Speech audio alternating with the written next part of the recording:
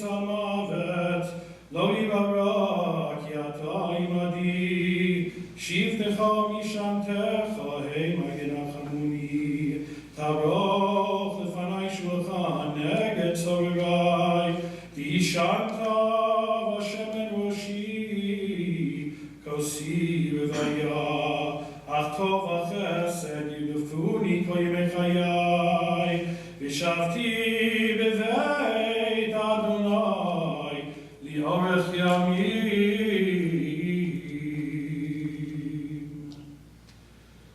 The Lord is my shepherd, I shall not want. He hath me lie down in green pastures. He leads me beside the still waters. He guides me on the paths of righteousness. He revives my soul for the sake of his glory.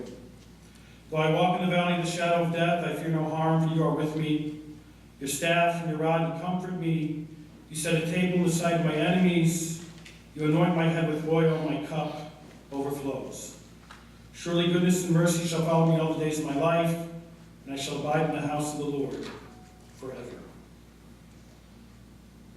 Eshet chayo miyimsa, v'rachot miv'nimim michra, v'atach ba'alei ba'ala v'shalal yachshar.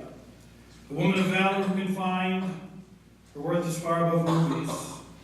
The heart of her husband trusts in her, and nothing shall be lack. She renders him good and not evil all the days of her life. She opens her hand to the needy and extends her hand to the poor. She is robed in strength and dignity and cheerfully faces whatever may come. She opens her mouth with wisdom, her tongue is guided by kindness.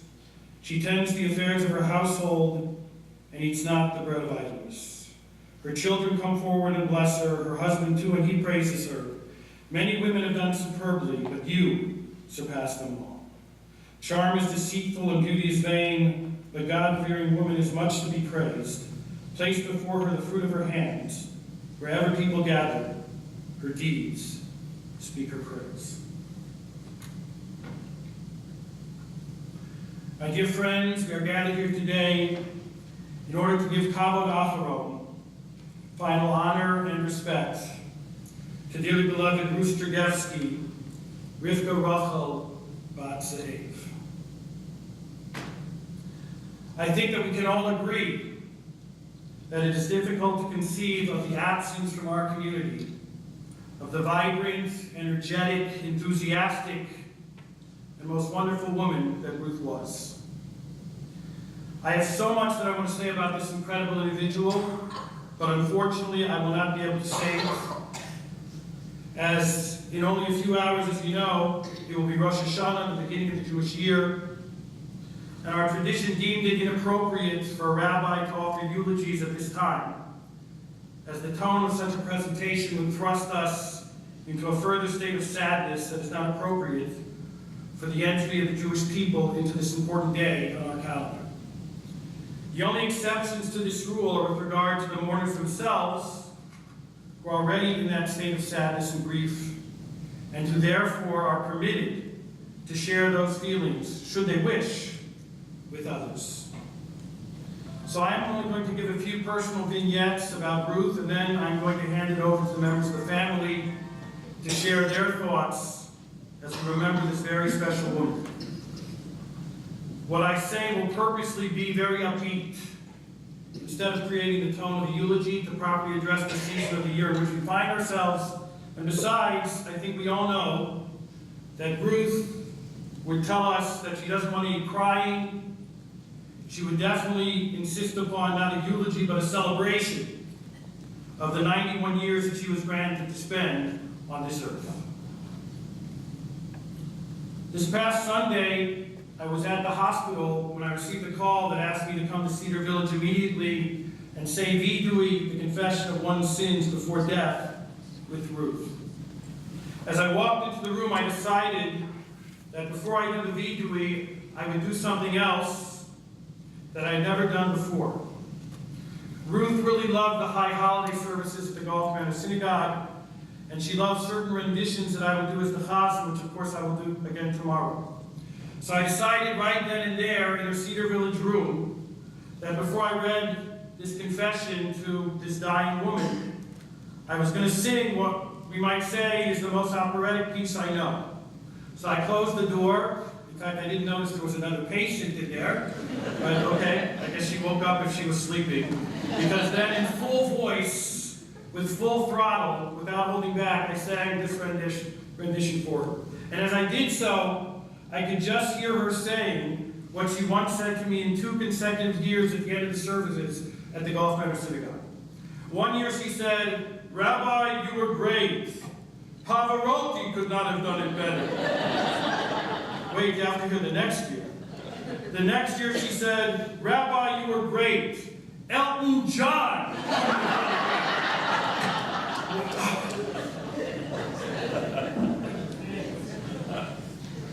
That's Ruth Stregevsky.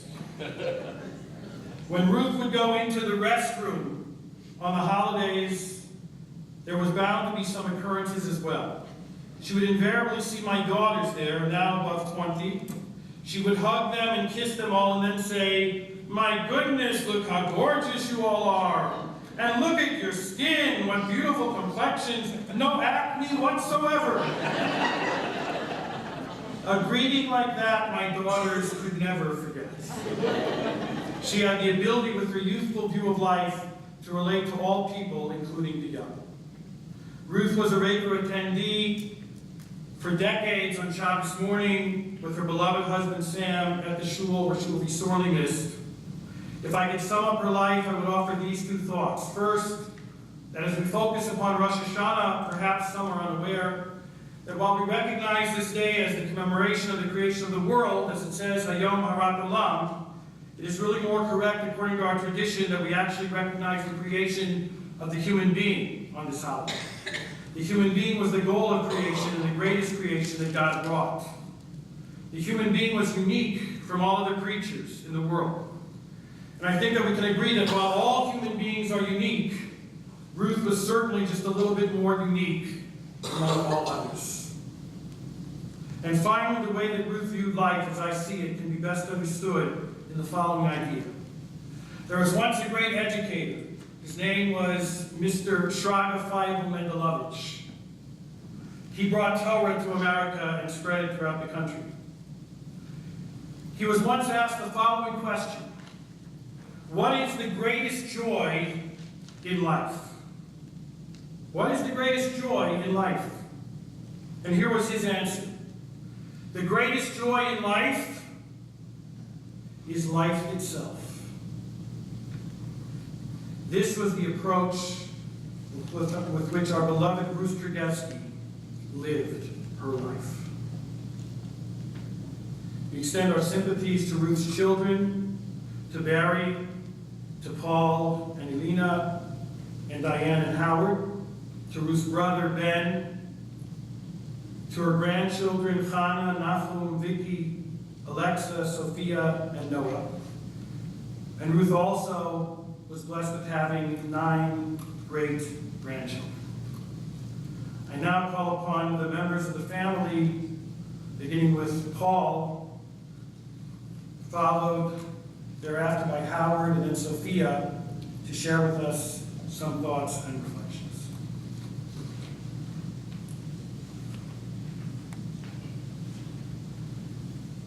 Thank you, Rabbi Long, and thank everyone here who has taken off from work and their otherwise busy schedules to join here and remember my mother today.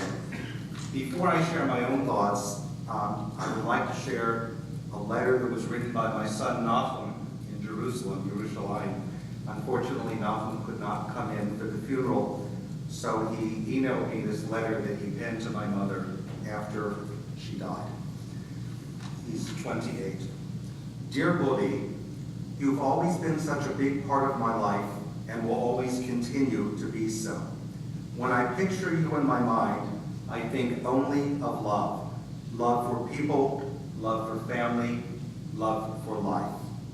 You always felt that it was your responsibility to make everyone who knew you, everyone you knew or saw, happy, and you were truly the best at doing so. I have always looked at and admired you as being the perfect Buddy, and have always felt it to be a special privilege to be your grandson. You allowed me to grow up feeling as if I was the center of the world, and as I got older, I realized that you gave that feeling to everyone else as well. I can still remember how we cried together at Zadie's funeral and feel that I only want to cry with you again now that you have left me, although this time you are not able to be with me and I will have to cry alone.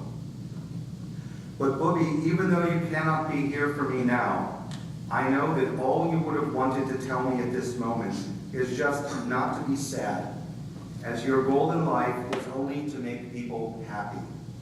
My dearest Booby, I love you so much and will never stop loving you. The feeling of love that you gave me throughout your life was so important to me, and I can always feel it inside me, even at times when you can no longer be with me. Your grandson, Nob.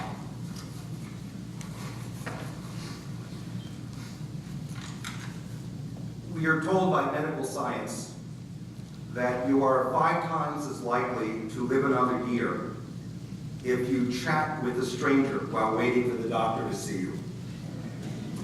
By this reckoning, we can safely assume that my mother is alive and kicking. That her spirit lives on, there can be no doubt. I mean, look around you. You'd think we were here to remember a fallen hero.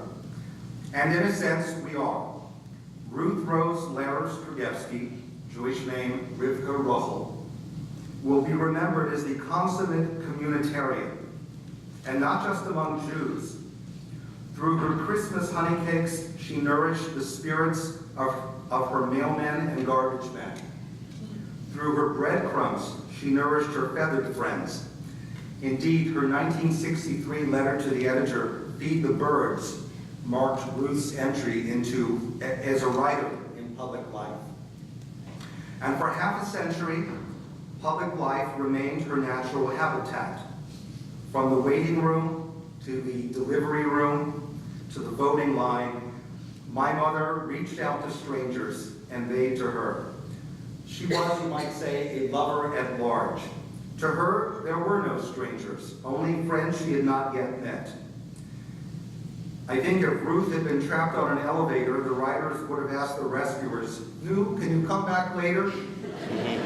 That's how quickly she could touch lives. And in her 91 years, my mother touched many lives, and many lives touched hers. Like pal Joey, she would say, "I could write a book." And through her words and her deeds, she did. But her book remains unfinished. So today, let us together write the final chapter, the denouement of the book of Ruth. In English, the word Ruth means compassion for another being's misery. In Hebrew, we would say, my mother had rachmanis.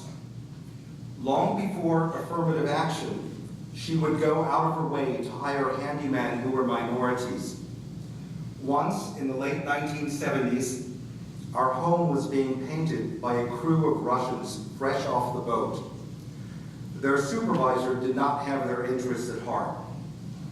"How much are you paying them?" she asked him. $6